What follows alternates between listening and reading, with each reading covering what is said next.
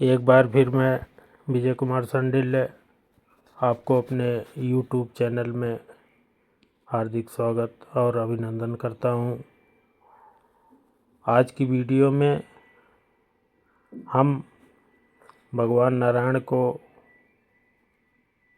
देवउठनी एकादशी पर जगाने की विधि को जानेंगे और कार्तिक व्रत का उद्यापन तथा अंतिम 3 तिथियों की महिमा के बारे में भी विशेष तौर पर जानेंगे। इसलिए आप लोग इस वीडियो को ध्यान से देखिए और समझिए। कहा जाता है कि जो पुरुष कार्तिक मास में प्रतिदिन पुरुष सूक्त के मंत्रों द्वारा अथवा 5 रात्र आगमन में बताई गई विधि के अनुसार भगवान विष्णु का पूजन करता है, वह मोक्ष का भागी अवश्य होता है। कार्तिक में ओम नमो नारायणाय मंत्र से जो आराधना करता है उसके सारे दुख नाश होते हैं, रोग शोक से मुक्ति मिलती है और उसे वैकुंठ धाम की प्राप्ति होती है। कार्तिक मास में जो मनुष्य विष्णु सहस्त्र नाम तथा गजेंद्र मोक्ष का पाठ करता है उसका फिर संसार में जन्म नहीं होता है। जो कार्तिक मास में रात्रि के पिछले पहर में भगवान की स्तुति का गान करता है वह पितरों सहित श्वेत द्वीप में निवास करता है। आषाढ़ के शुक्ल पक्ष में एकादशी तिथि को शंखासुर दैत्य को मारा गया था, अतः उसी दिन से आरंभ करके 4 मास तक क्षीर समुद्र में शयन करते हैं और कार्तिक शुक्ल एकादशी को जागते हैं। इस कारण वैष्णवों को एकादशी में भगवान को जगाना चाहिए और साथ में ये मंत्र अवश्य बोलना चाहिए। उत्तिष्ठोत्तिष्ठ गोविंद उत्तिष्ठ गरुड़ध्वज उत्तिष्ठ कमलाकांत त्रैलोक्य मंगलम कुरु। अर्थात हे गोविंद उठिए उठिए, हे गरुड़ध्वज उठिए उठिए, हे कमलाकांत उठिए उठिए, निद्रा का त्याग करके तीनों लोकों का मंगल कीजिए। ऐसा कहकर प्रातःकाल शंख और नगाड़े आदि को बजवाना चाहिए। वीणा मृदंग आदि की मधुर ध्वनि के साथ नृत्य गीत कीर्तन आदि करवाना चाहिए। देवेश्वर विष्णु को उठाकर उनकी पूजा करनी चाहिए और सायंकाल में तुलसी जी की वैवाहिक विधि को संपन्न कराना चाहिए। कार्तिक की शुक्ल पक्ष की देवउठनी एकादशी परम पुण्यमयी मानी गई है। उत्तम बुद्धि वाला मनुष्य अपने वृद्ध माता पिता का पूजन करके अपनी स्त्री के साथ विष्णु के प्रसाद को प्राप्त करे। जो इस विधि से द्वादशी व्रत का अनुष्ठान करता है वह मनुष्य उत्तम सुखों को भोग कर अंत में मोक्ष को प्राप्त होता है। जो मनुष्य द्वादशी तिथि के इस परम उत्तम महामय महापुण्य महात्म का पाठ अथवा श्रवण करता है वह उत्तम गति को प्राप्त करता है। कार्तिक व्रत के उद्यापन से सभी पापों का नाश हो जाता है। व्रत का पालन करने वाला मनुष्य कार्तिक शुक्ल चतुर्दशी को व्रत पूर्ति और भगवान विष्णु की प्रीति के लिए उद्यापन अवश्य करे। तुलसी के ऊपर एक सुंदर मंडप बनावे, उसे केले के खंभों से संयुक्त करके नाना प्रकार की धातुओं से उसको शोभा बढ़ावे। मंडप के चारों ओर दीपों की श्रृंखला बनावे और सजाए। मंडप में सुंदर बंधनवारों से 4 दरवाजे बनाए और उन्हें फूलों की चवर से सुसज्जित करे। द्वारों पर पृथक पृथक मिट्टी के द्वारपाल बनाकर उनकी पूजा करें, जिनके नाम इस प्रकार हैं: जय, विजय, चंड, प्रचंड, नंद, सुनंद, कुमुद और कुमुदाक्ष। उन्हें चारों दरवाजे पर दो दो के क्रम से स्थापित कर भक्ति पूर्वक उनका पूजन करना चाहिए। तुलसी जी की जड़ के समीप 4 रंगों से सुशोभित सर्वतोभद्र मंडल बनाना चाहिए और उसके ऊपर पूर्ण पात्र तथा पंचरत्न से संयुक्त कलश की स्थापना करनी चाहिए। कलश के ऊपर शंख, चक्र, गदा धारी भगवान विष्णु का पूजन करें। भक्ति पूर्वक उस तिथि में उपवास करें और रात्र में गीत, वाद्य, कीर्तन, मंगलमय जागरण करें। जो भगवान विष्णु के लिए जागरण करते हैं, भक्ति पूर्वक भगवत संबंधी पदों का गान करते हैं, वो सैकड़ों जन्म पाप से मुक्त हो जाते हैं। उसके बाद पूर्णमासी में एक सपत्नीक ब्राह्मण को निमंत्रण देना चाहिए। प्रातःकाल स्नान देव पूजन करके वेदी पर अग्नि की स्थापना करनी चाहिए और अतो देवा मंत्र द्वारा देवादिदेव भगवान की प्रीति के लिए तिल और खीर की आहुति देना चाहिए। होम की शेष विधि पूरी करके भक्तिपूर्वक ब्राह्मणों को भोजन कराना चाहिए और पूजन करना चाहिए। उन भोजन के बाद उन्हें यथाशक्ति दक्षिणा देनी चाहिए। भगवान द्वादशी तिथि को शयन से उठे, त्रयोदशी को देवताओं से मिले और चतुर्दशी को सब ने उनका दर्शन पूजन किया, इसलिए उस तिथि को भगवान की पूजन करनी चाहिए। गुरु की आज्ञा से भगवान विष्णु की सुवर्णमयी प्रतिमा का पूजन करें। इस पूर्णिमा को पुष्कर की यात्रा श्रेष्ठ मानी गई है। कार्तिक मास में इस विधि का पालन जो इस प्रकार कार्तिक व्रत का पालन करते हैं, वह धन्य और पूजनीय हैं। उन्हें उत्तम फल की प्राप्ति होती है। जो भगवान विष्णु की भक्ति में तत्पर हो, कार्तिक व्रत पालन करते हैं, उनके शरीर के सभी पाप तत्काल नष्ट हो जाते हैं। जो श्रद्धापूर्वक कार्तिक के उद्यापन का महात्म सुनता है या सुनाता है, वह भगवान विष्णु का सायुज्य हो जाता है।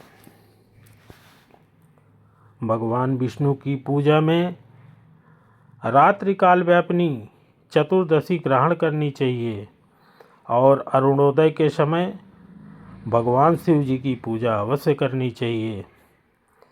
सायंकाल काशी के पंचगंगा तीर्थ में स्नान करके भगवान बिंदु माधव की पूजन करें। पहले विष्णु कांची में स्नान करके भगवान अनंत सेन की पूजा करनी चाहिए। फिर रुद्र कांची में स्नान करके ओंकारेश्वर के अग्नि तीर्थ में नहाकर भगवान नारायण की रेतोदक में स्नान करके केदारेश्वर की प्रयाग की यमुना में स्नान करके बेणी माधव की और फिर गंगा में स्नान करके संगमेश्वर की पूजा करनी चाहिए। जो ऐसा प्राणी करता है, उसके सब प्रकार की संपत्तियां उसकी अधीन हो जाती हैं। कार्तिक शुक्ल मास के पक्ष में जो अंतिम 3 पुण्यमयी तिथियां हैं, वो हैं त्रयोदशी, चतुर्दशी और पूर्णिमा, जो कि कल्याण करने वाली मानी गई हैं। वो सब पापों का नाश करने वाली हैं। जो पूरे कार्तिक मास स्नान करता है, वह इन्हीं 3 तिथियों में स्नान करके पूर्ण फल का भागी होता है। त्रयोदशी में समस्त वेद जाकर प्राणियों को पवित्र करते हैं। चतुर्दशी में यज्ञ और देवता सब जीवों को पावन बनाते हैं और पूर्णिमा में भगवान विष्णु से अधिष्ठित संपूर्ण श्रेष्ठ तीर्थ ब्रह्मघाती और शराबी आदि सब पापी प्राणियों को शुद्ध करते हैं। जो गृहस्थ इन 3 तिथियों को ब्राह्मण कुटुंब को भोजन कराता है वह अपने समस्त पितरों का उद्धार करके परम पद को प्राप्त होता है। जो कार्तिक के अंतिम 3 दिनों में गीता का पाठ करता है उसे प्रतिदिन अश्वमेध यज्ञ का फल प्राप्त होता है। उक्त 3 दिनों में जो विष्णु सहस्त्र नाम का पाठ करता है वह जल से कमल के पत्तों की भांति पापों से कभी लिप्त नहीं होता। कार्तिक मास की अंतिम 3 तिथियों में सब पुण्यों का उदय होता है। उनमें भी पूर्णिमा का विशेष महत्व है। पूर्णिमा को प्रातःकाल उठकर शौच आदि से निवृत्त होकर नित्य कर्मों को समाप्ति करने के बाद भगवान विष्णु की पूजा अवश्य करनी चाहिए। बगीचे में अथवा घर पर भगवत भक्त पुरुष कार्तिक पूर्णिमा के दिन मंडप बनावे, उसमें केले के खंभों से सुशोभित करे, आम के पल्लवों की बंधनवाल लगावे और ऊख के डंडे खड़े करके उस पर मंडप सजावे। विचित्र वस्त्रों से मंडप को अलंकृत करके उसमें भगवान विष्णु की पूजन करे। पवित्र, चतुर, शांत, ईर्ष्या रहित साधु, दयालु, उत्तम वक्ता और सिद्ध श्रेष्ठ बुद्धि वाला पुराणज्ञ विद्वान वहाँ बैठकर पवित्र कथा कहे। पौराणिक विद्वान जब व्यास आसन पर बैठ जाए तब से लेकर प्रसंग की समाप्ति तक किसी को नमस्कार न करे।